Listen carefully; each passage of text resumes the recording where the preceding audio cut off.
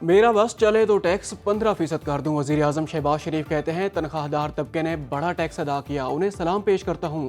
اسلام آباد میں یوم تعمیر و ترقی کی مناسبت سے منعقدہ تقریب میں خطاب کرتے ہوئے بولے، سختی کی تو ہماری مصنوعات کی افغانستان سمگلنگ بند ہوئی۔ 2018 میں دہشت گردی کا خاتمہ ہو چکا تھا، لیکن اب دہشت گرد واپس آ گئے ہیں۔ سوال تو بنتا ہے ایسا کیوں ہوا؟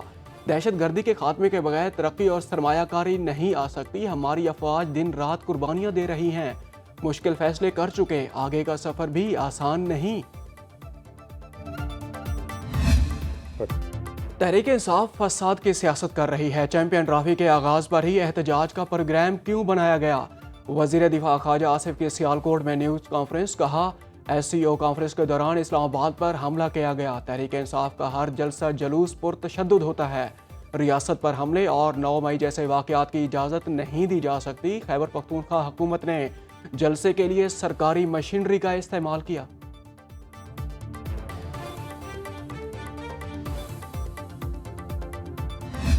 ملک کے ڈیفالٹ کی دعائیں کرنے والے آج شرمندہ ہیں۔ عوام نے تحریک انتشار کی جھوٹ کی سیاست مسترد کر دی۔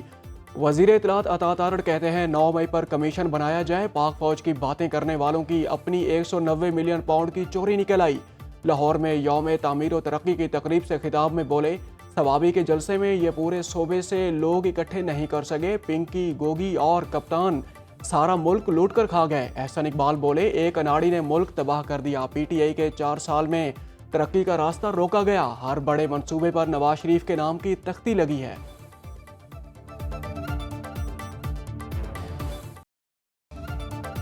الیکشن 2024 کا 1 سال مکمل ہونے پر تحریک انصاف کا یوم سیاح ثوابی میں جلسہ۔ وزیر اعلیٰ خیبر پختونخوا علی امین گنڈابر بولے، ہم آئین کا تحفظ مانگتے ہیں۔ بانی پی ٹی آئی جیل میں رہ کر بھی جیت گئے۔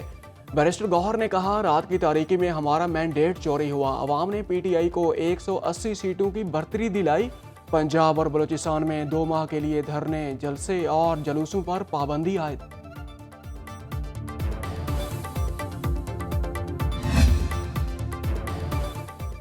تنظیمی معاملات اور عہدوں کی تقسیم پر ایم کیو ایم پاکستان میں اختلافات شدت اختیار کر گئے۔ مصطفیٰ کمال اور انیس قائم خانی پارٹی کے واٹس ایپ گروپ سے نکل گئے۔ کارکنان کا بہادر آباد مرکز پر دھاوا، رہنماؤں سے دست و گریباں ہو گئے۔ مشتعل کارکنوں کا کہنا تھا عہدوں کی تقسیم کے حوالے سے مشاورت کے بغیر سرکولر جاری کیا گیا۔ فیصلے بہادر آباد کی بجائے گورنر ہاؤس سے کیے جا رہے ہیں۔ کارکنوں کی گورنر سندھ کامران ٹیسوری کے خلاف نعرے بازی۔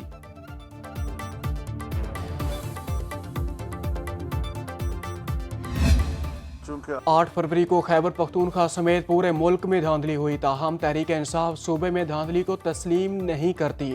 جمعیت علماء اسلام کے سربراہ فضل الرحمان مردان میں میڈیا سے گفتگو میں بولے، مستقبل قریب میں اپوزیشن جماعتوں کا اتحاد نظر نہیں آ رہا۔ بانی پی ٹی آئی سمیت کسی سیاستدان کو جیل میں نہیں ہونا چاہیے۔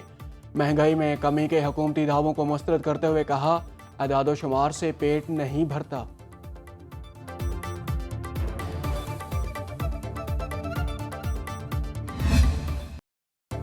تحریک انصاف اور مولانا فضل الرحمان کے درمیان دوریاں ختم ہونے کا وقت آ رہا ہے۔ اپوزیشن آئین و قانون کے لیے ایک ہوئی، ہمارا کسی سے کوئی بیک ڈور رابطہ نہیں۔ اپوزیشن لیڈر عمر ایوب کے پروگرام برعکس رانا مبشر کے ساتھ میں گفتگو کہتے ہیں، پی ٹی آئی 26ویں آئینی ترمیم کا حصہ نہیں بنی۔ عوام ملک میں آئین و قانون کی بالادستی چاہتے ہیں۔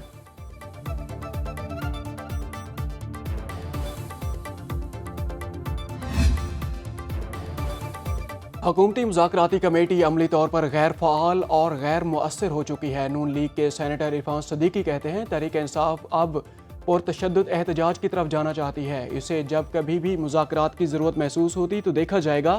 اسپیکر قومی اسمبلی ایاز صادق نے عمر ایوب کی طرف سے مذاکرات کی دعوت مسترد کرنے کا دعویٰ رد کر دیا۔ ترجمان قومی اسمبلی کا کہنا ہے کہ اسپیکر نے پی ٹی آئی کو مذاکرات کی دعوت نہیں دی تھی۔ اسپیکر نے صرف یہ کہا تھا، ان کے دروازے ہر کسی کے لیے کھلے ہیں۔ مذاکرات کی باضابطہ دعوت تب دی جائے گی جب حکومت یا اپوزیشن انہیں خود درخواست کریں گے۔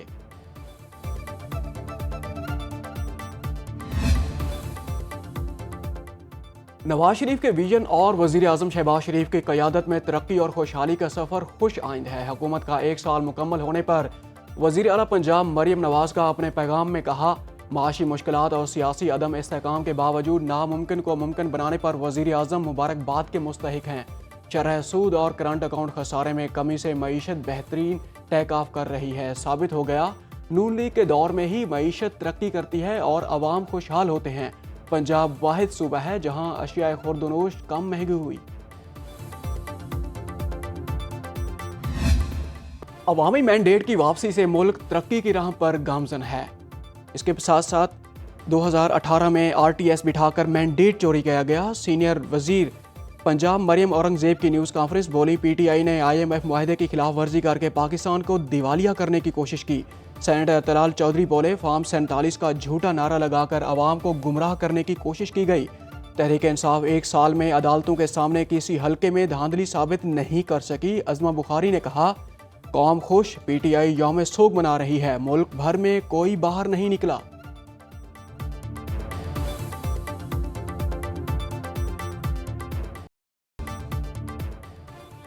بشرا بی بی کی 31 مقدمات میں ضمانت قبل از گرفتاری 7 مارچ تک توسیع۔ انسداد دہشت گردی عدالت راولپنڈی کا بشرا بی بی کی بانی PTI اور وکیل سے ملاقات کرانے کا حکم۔ اڈیالہ جیل میں 26 نومبر کے بعد درج ہونے والے 31 مقدمات کی سماعت۔ تمام مقدمات کے تفتیشی افسر بھی عدالت میں پیش ہوئے۔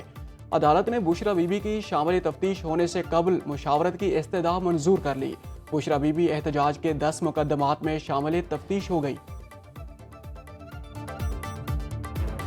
کراچی کی سڑکوں پر فراٹے بھرتے ڈمپر نے مزید 4 جانیں نگل لیں۔ کورنگی کراسنگ پر ڈمپر نے موٹر سائیکل سواروں کو کچل دیا، 3 افراد جاں بحق، ڈرائیور فرار ہو گیا۔ مشتعل افراد نے ڈمپر کو آگ لگا دی۔ اسٹیل ٹاؤن کے قریب بھی ڈمپر کی ٹکر سے ایک موٹر سائیکل دم توڑ گیا، دوسرا زخمی۔ بڑھتے حادثات پر سندھ حکومت کو ہوش آ گیا۔ دن کے اوقات میں ڈمپرز کے کراچی میں داخلے پر پابندی لگا دی۔ رات 11 سے صبح 6 بجے تک داخلے کی اجازت ہوگی۔ گورنر سندھ کہتے ہیں ٹریفک پولیس کو بتا دیا جائے اب کسی کی جان گئی تو وہ ذمہ دار ہوں گے۔ روزانہ کی بنیاد پر شہر میں نکلوں گا، جو ٹینکرز مقررہ وقت کے علاوہ نظر آئے انہیں ٹریفک پولیس کے حوالے کر دوں گا۔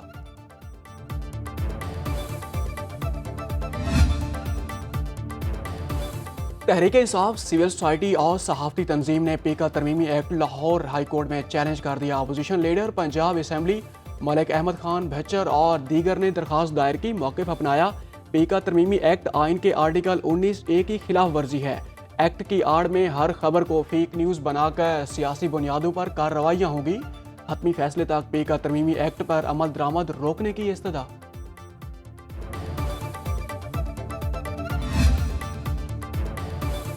پاکستان IMF کی بڑی شرائط پوری کرنے میں کامیاب۔ وزارت خزانہ نے رواں مالی سال کی پہلی 6 ماہی رپورٹ جاری کر دی۔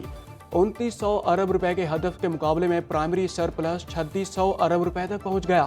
صوبوں نے 376 ارب روپے کے ہدف کے مقابلے میں 442 ارب روپے ٹیکس جمع کیا۔ زرعی آمدن پر ٹیکس پر بل درآمد سے ریونیو میں مزید اضافہ متوقع۔ 6 ماہ میں FBR کو ٹیکس ریونیو میں 384 ارب روپے کے شارٹ فال کا سامنا۔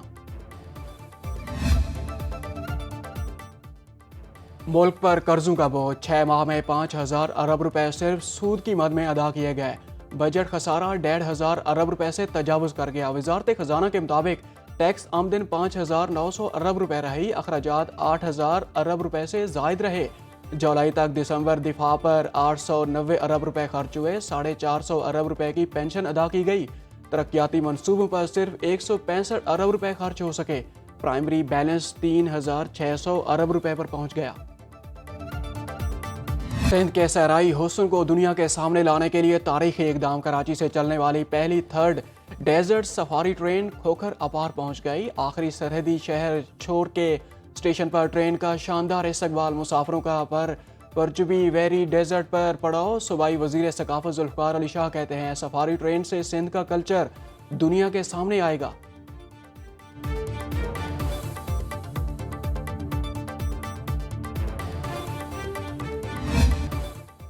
سرگودھا کی تحصیل شاہپور میں نیزہ بازی کے مقابلے، پنجاب بھر سے 80 کلبوں کی شرکت، نامور نیزہ بازوں کی شاندار پرفارمنس۔